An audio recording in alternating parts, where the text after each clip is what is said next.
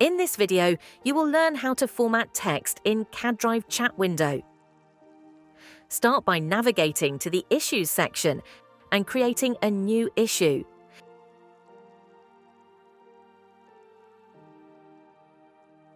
Then go to the chat window to add a comment. To create a heading, use a hash symbol. For a subheading, use a double hash.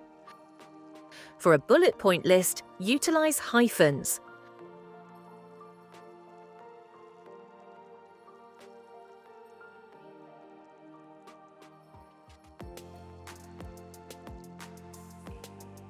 For a numbered list, just input numbers in sequential order.